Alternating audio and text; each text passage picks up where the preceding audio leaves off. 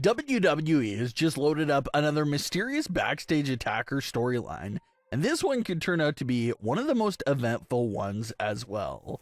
This new storyline in question is the backstage attack of Kairi Sane that occurred on the December 16th edition of Raw.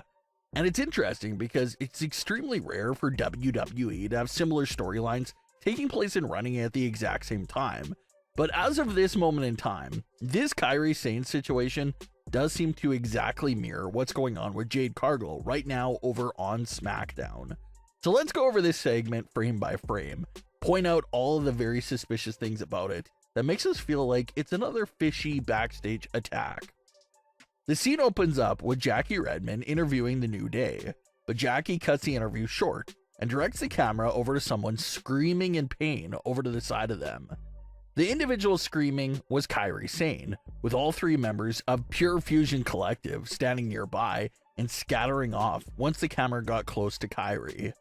Dakota Kai and Io Sky then run out onto the scene to help Kairi Sane, and the segment comes to a close.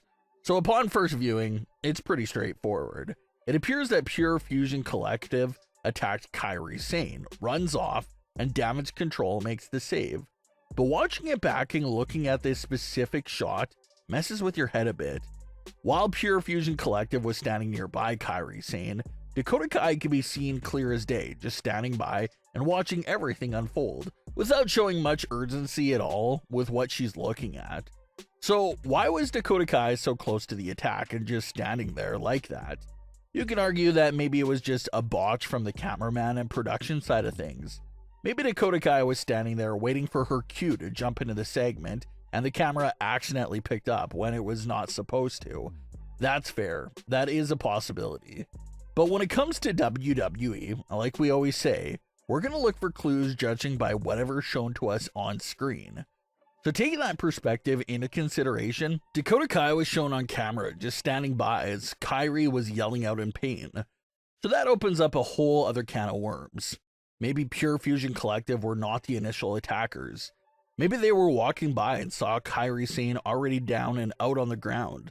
So they came by to see what exactly was going on there, and maybe they did throw in their own 2 cents to Kairi's pain. But maybe they weren't the actual first attackers. With Dakota Kai standing by so close to the scene and not initially showing care and interest in Kairi's pain, is it possible to think that Dakota Kai brutally attacked Kairi Sane from behind and stood off to the side after it happened? Again, this entire theory and idea comes from that one camera shot that perfectly catches Dakota Kai at the scene of the attack before it was fully discovered. And to add more fuel to this story, Dakota Kai and Io Sky were guests on Raw Talk, where Dakota said that Pure Fusion Collective will pay for what they did to Kairi Sane.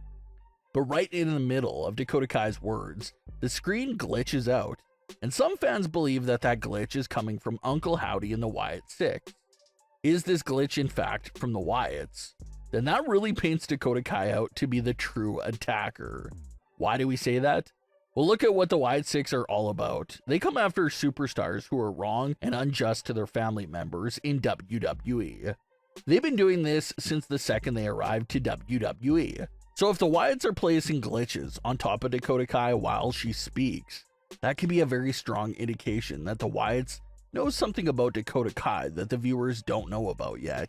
The Wyatts are after Dakota Kai because they could know the truth about the attack, and they know that Dakota Kai just betrayed one of her family members and is now lying about it. So assuming that Dakota Kai is guilty, that means that the Wyatts have a long list of people that they have to pay a visit to. The Wyatts surely will have to make the New Day pay for what they did to Big E, and now they'll have to pay Dakota Kai a visit as well. The only member of the Wyatt universe that has detailed history with Dakota Kai is Alexa Bliss. Alexa spent a lot of her time feuding with Damage CTRL in the back half of 2022. So if anyone knows about dealing with Dakota and Damage CTRL, it's surely Alexa Bliss. But diving deeper into the assumption that Dakota Kai is behind the attack, let's talk motive. What made Dakota Kai do this? Well, a simple answer on the surface could be jealousy. Dakota Kai suffered a knee injury several months ago that made her miss a lot of time in the ring. And in Dakota's absence, Kairi and Io formed a closer bond and was running around Raw as a tag team. Dakota Kai was there for the very start of Damage CTRL's babyface turn, but it was Io and Kairi that fully finished that babyface transition on their own without Dakota being present. So was it something there that bothered Dakota Kai? Maybe she didn't really like how Kairi filled the spot and felt like Kairi was trying to replace her. Maybe Dakota Kai did not agree with the babyface turn. Maybe she liked Damage CTRL being heels, so she's upset with them for going soft like that in her eyes. That plot could deepen even more here, because what if this could also lead towards a mini Damage CTRL civil war? Kairi Sane is close to all the Damage CTRL members. They're all her close friends. But who's her closest friend that she held the tag team titles with multiple times? The answer is Asuka. The tag team of Asuka and Kairi Sane, the Kabuki Warriors, has been around in WWE since 2019, long before Damage CTRL was even created. Kairi and Asuka have always had each other's back. They had a great run with each other in 2019, a great run in the pandemic era, and of course their most recent reunion run inside of Damage CTRL. Asuka's been on the shelf for the last few months dealing with a leg injury, but could this backstage attack angle set up Asuka's big return, and for her to appear from the shadows and watch Kairi's back? And as the story unfolds, and if Dakota Kai is found to be guilty of being the attacker, and Io Sky stays by Dakota Kai's side, that perfectly sets up a 2 versus 2 Damage CTRL civil war. The Kabuki Warriors looking to seek retribution against Dakota Kai and Io Sky. Dakota Kai also has a lot of big things happening for her outside of Damage CTRL with the Women's Intercontinental title tournament. Dakota's been patiently waiting for her turn. She's the only Damage CTRL member that's yet to hold a singles title, so she probably feels like she has a lot to prove, and obviously wants to be the inaugural Women's Intercontinental Champion. If she wins it, it'll obviously be a huge deal and something that Damage CTRL can celebrate. But if she comes up short in the tournament, maybe that angers her, and it'll be interesting to see if she shows signs of cracking and taking out the frustration on other Damage CTRL members. So it's pretty funny because the glitch screen on Raw Talk and Dakota Kai being spotted in the backstage attack could have all been simple production issues. But the fact that they took place on screen, it has opened a lot of conversations and pretty exciting theories surrounding Dakota Kai. She's in the Women's Intercontinental Tournament.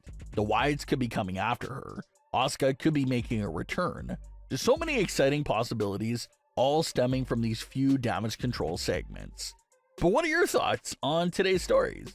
Leave your comments below. Don't forget to subscribe with all notifications on, and leave a like if you enjoyed. Thanks for watching, guys.